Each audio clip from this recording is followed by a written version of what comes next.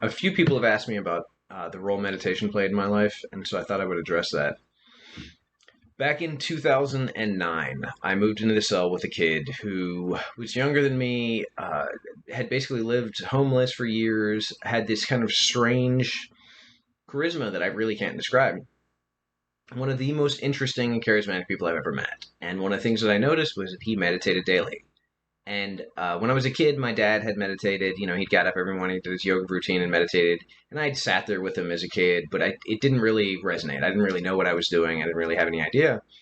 But then I saw something in this kid that I was living with that I really liked, that I wanted. That was the kind of person that I wanted to be. That kind of peace of mind, that way of interacting with people, that way of just being at peace was really appealing to me. So I talked to him, and we started talking about Buddhism and about Zen that he'd been practicing for years. And then we started practicing together. He got me to start meditating for 15 minutes once a day, and then twice a day, and then 20 minutes, and then 25 minutes. And it would change depending on the day or depending on the schedule. But the point was to have a consistent meditation practice, to sit and not still the mind, but basically be like a glass of water that has silt in it and allow it to settle to the bottom by being still. Not trying to control, but allowing to settle. And it didn't always settle. And to this day, it does not always settle. I still have days that I sit down for meditation that are absolutely insane. And I feel like I'm losing my mind and everything is running 1,000 miles an hour and it's just untenable. But every time I sit, even when it's like that, I find it better than when I don't sit and I allow that tension and that insanity to build. Anyway, so the kid who taught me about meditation, he went home and I was on my own. And so I reached out and just happened to be having a conversation with a family friend who said, "Hey, you should talk to James," which is her husband. Um, he's been doing Zen for 35 years. He goes to these retreats. You should talk to him. And so I did. I reached out and I made a call. And then he and I talked every week for, what was that, 12 years, I guess? Yeah, because I went home in 2021.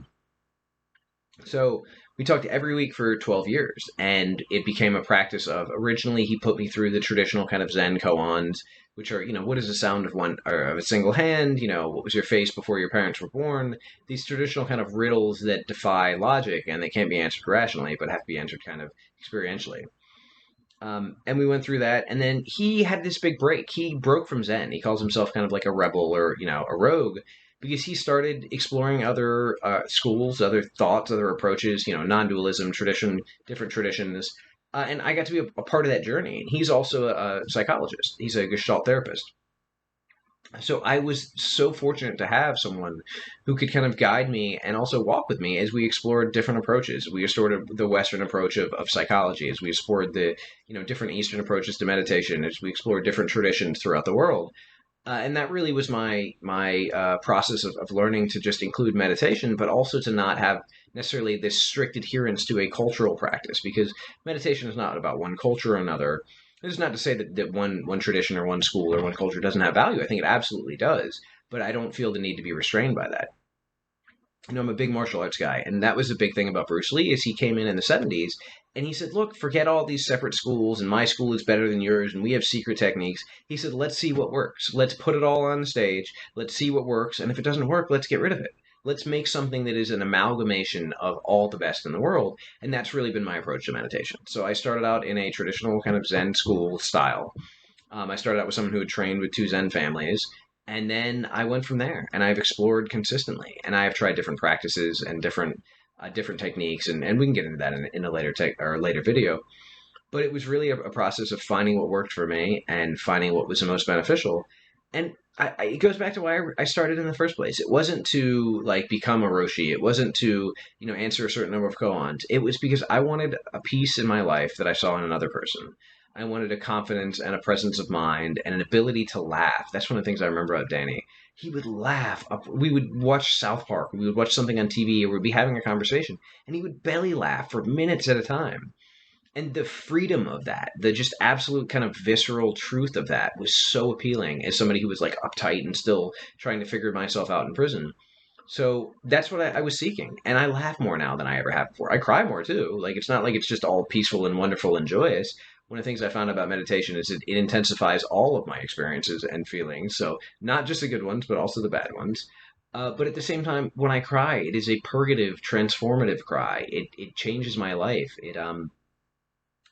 I've realized that I can just experience things as they are, that I don't need to control, that I don't need to try to, change the outcome of things. I don't need to try to have this self will applied to all things. And it has just been absolutely transformative in my life.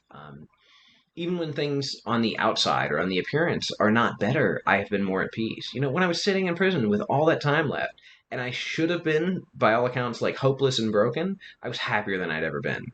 Um, I was able to make peace with the world, and I found new challenges, and it was like a plateau. I would reach new stages and struggle again, and need to kind of find a new equilibrium. But it was the single factor that made the biggest difference in my life. But at the same time, it wasn't alone. I didn't just meditate. One of the things that was so funny when I started working with James was I thought, okay, if I can just work with this, if I can do these koans, if I can just work on this meditation thing, I'll be okay. And then he would introduce, well, I think you should probably really talk to a therapist. It's really good to talk to a psychologist. Why don't you add that too? And they said, well, you really need some kind of like mind body practice. So you do martial arts. We should start doing a mindfulness or a meditation kind of martial arts practice. And then it was, oh, well, you really need to expand it. You need something, maybe some processing things. Like we need maybe EMDR. We need some Opono. Opono. Forgive me. I'm sorry. But it became this process of figuring out all these things that I could do, these different ways to address in my life. And so he, in his approach, has come up with three that are really important. One is kind of the mindfulness practices, the meditation practices. So that's one pillar. The second pillar would be processing, which is things like EMDR and Opono.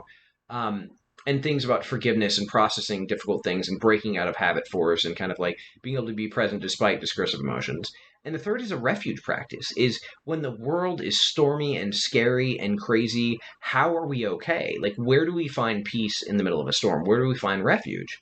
And there are different practices for that, but having a safe space or having allies or having a visualization that allows us to make peace when we are absolutely out of our minds or in an absolutely crazy situation has been vital. And so those three pillars are kind of the result of this rogue path that he's taken that I've been really fortunate to be along, taken along for the journey. And that's really where I'm at. It's not that I do one equally every day or I max all three every day. It's that I recognize that I need to apply all these three different areas of my life. So I try to pay attention to processing, staying awake, staying present, staying mindful. I try to process, past trauma and past experiences, as well as present trauma and present emotions and present challenges. And I have a place to go. I have a resource when I feel completely out of my mind, when I feel completely overwhelmed, when I feel like the sky is falling, the Chicken Little thing. And taking that approach has led me to a place where I feel prepared to deal with the world. Because most of my life, and part of the reason that I did drugs in the first place and that I ended up in prison, because I didn't know how to deal with the world. I didn't know how to process things. I didn't know how to experience the world and not have it destroy me or not feel like I needed to destroy myself or destroy other things. Or I felt completely unable to cope with and deal with the world. So this is just a short synopsis of how the journey of meditation, which has expanded into a lot more than meditation, has really changed my life. And I'm grateful that people want to hear about this story. And I hope that I can continue to share my experiences and that they are in some way helpful to the people around me. So thank you.